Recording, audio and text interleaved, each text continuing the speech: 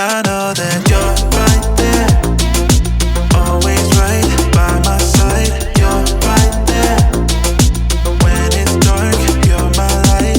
You're right there, in the day and at night. You're right there, yeah, no matter what. Thank you, God, you are always there. You're so good and I know you care.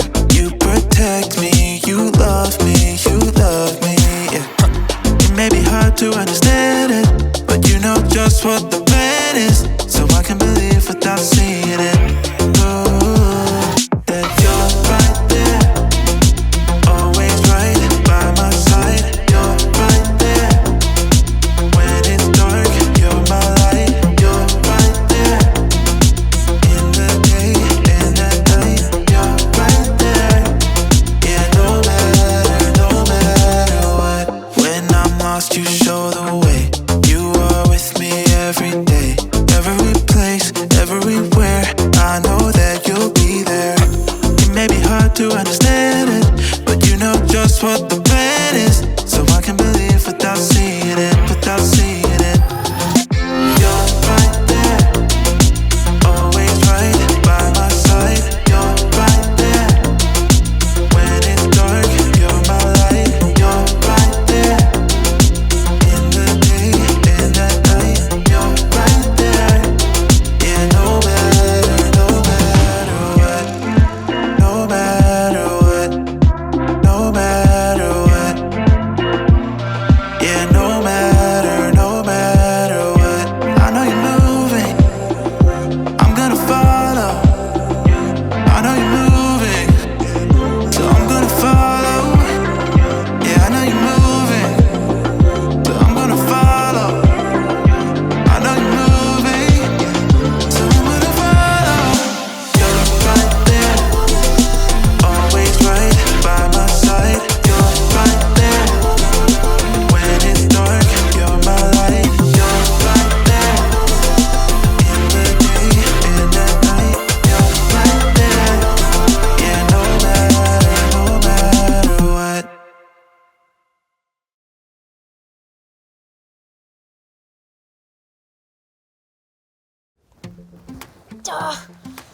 Oh, come on. Welcome to Story Lab. This week, we're taking a look at the story of a guy on the run and the world's most uncomfortable pillow. It was probably harder than this tennis ball. Ow!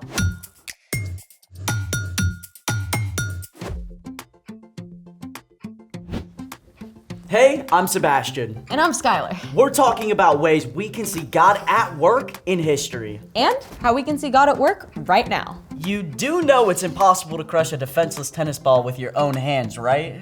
Yeah. And yet, you continue. Well, my grandma watches this old show called The Bionic Woman. See, this girl is in a serious accident, but then she's given all these bionic parts, and she basically turns into a superhero. Who crushes tennis balls? You gotta admit, a bionic arm would be pretty awesome. I mean, we could always build one. Build an actual real-life bionic arm? I mean, more like a robotic hand. Still awesome. Let's make it!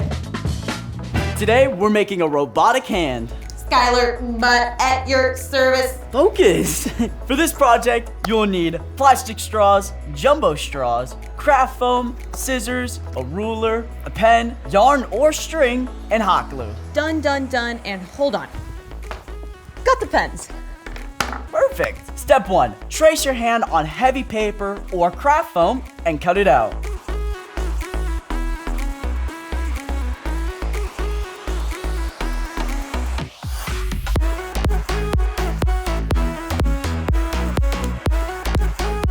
Not very robotic yet. Step 2. Cut the regular straws into shorter pieces. It's based off of your hand size. So I have small, a little bit bigger, and then larger on the palm of your hand.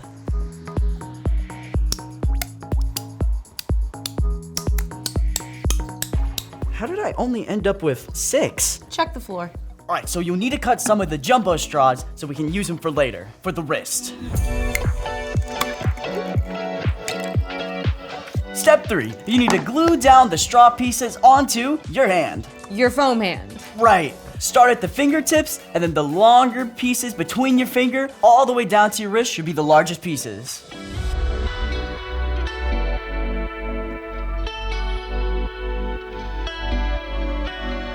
You may need to add a few more pieces if your hand is bigger, or take out a few if your hand is smaller. Perfect. When you're finished gluing your pieces, add a piece of the jumbo straw in the middle for your wrist. Ta-da!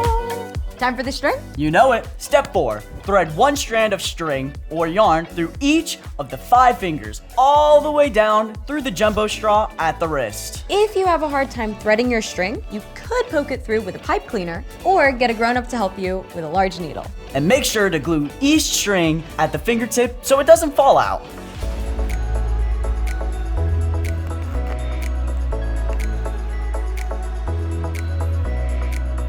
Okay, ready? Ready. So you can pull in the strings at the bottom of the hand and operate your hand. This is kind of creepy. What's that? Get it away. I thought you wanted to be bionic. Oh, hey, let's see if, okay. Robotic? Yes. Bionic? Nope. Are you calling our robotic hands posers? Or maybe imposters. Speaking of which, there's one in today's story. It's time for... The story before the story. Today, we're in Genesis, the very first book in the Bible. In the beginning, God created the whole world and everything in it, including people. We were made in the image of God, to be friends with God. But the first people chose to go their own way. When they turned from God, the world was broken. And so was our friendship with God. Sin and darkness crept in. Still, from the beginning, God had a plan to restore it all. God chose one man, Abraham, and promised to bless the whole world through his family. Which is where our story starts. Take it away. Hey everyone, I'm Padma. After many long years, Abraham and Sarah had a son, Isaac, just as God had promised. When Isaac grew up, he married a woman named Rebecca. And Isaac and Rebecca didn't have just one baby. Twins, Isaac. The older son, Esau, was wild and hairy. The younger son, Jacob, was not. Esau grew up to be a great hunter, while Jacob preferred to stay at home. Esau tended to be impatient. Quick, I'm starving. Give me some of that stew.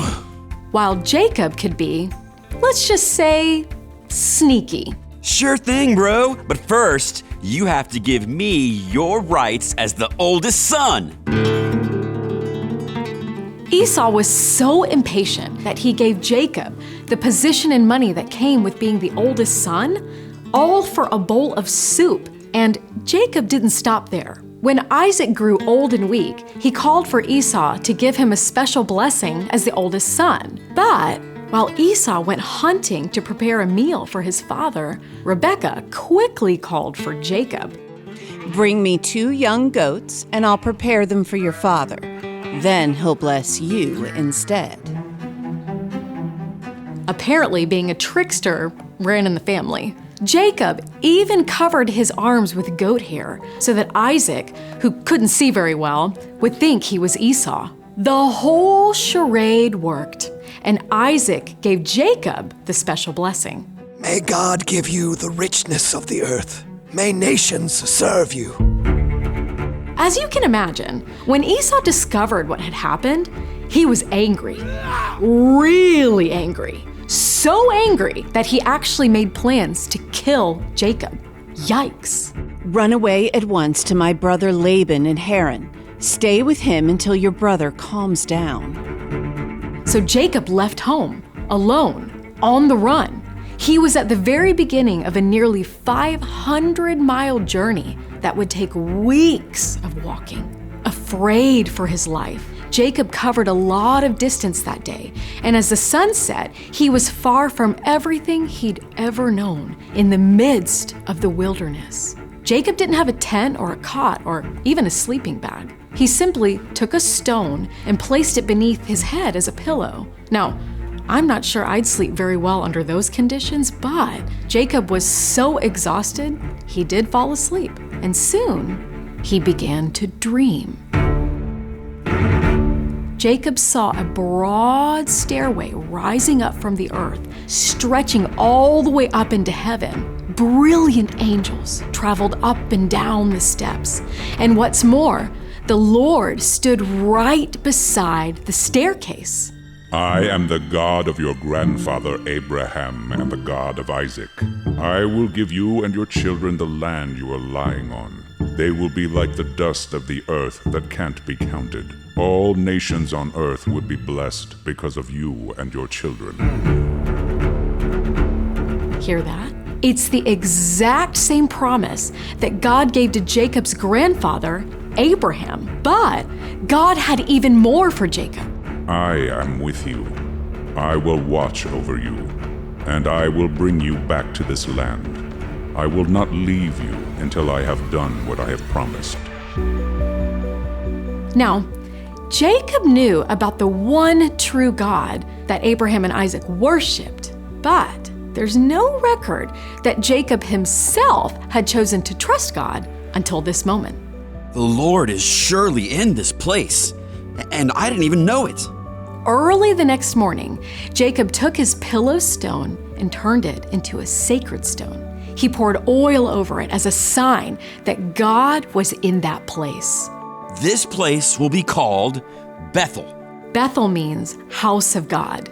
Then Jacob made a promise to God. May God be with me.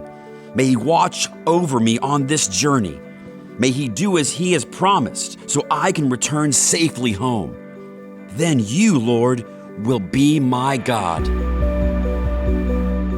Jacob continued on his journey to Haran, where he lived for around 20 years. He married and had children, 13 of them. And eventually, Jacob did return home, just as God had promised. Jacob made many mistakes during his life and did not always trust God, but God was still with Jacob because God can work through anyone.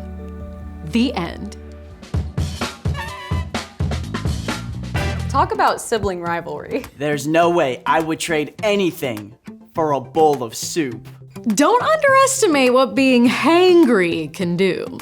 Fair. So, what's our part in the story? Well, Jacob chose to trust when he actually got to see God in a dream. But we don't have to see God with our eyes to have faith that God is with us. Faith is trusting in what you can't see because of what you can see. In his dream, Jacob was reminded of how God had worked in the lives of Abraham and Isaac. Today, we have the amazing privilege of seeing how God has been at work throughout history, recorded right here in the Bible. Over and over, we read how God was present with the Israelites. And God sent Jesus to live on earth with us too. Exactly. Then we see how after Jesus returned to heaven, God sent the Holy Spirit to be present with everyone, everywhere, who follows Jesus. I love knowing that even though Jacob made mistakes, A lot of mistakes. God was still with him. That's right. And you can trust that God is always with you too. Right this very second. I think you've got it. See you next time. So here's the thing. You can trust that God is with you. When you feel scared or alone, When you mess up, when you're trying something new, when you're having a great day, or an awful day. when you're being chased by a robotic dog. Get off! Don't mess with Bionic Woman. Thanks for joining us in the Story Lab. See you next time.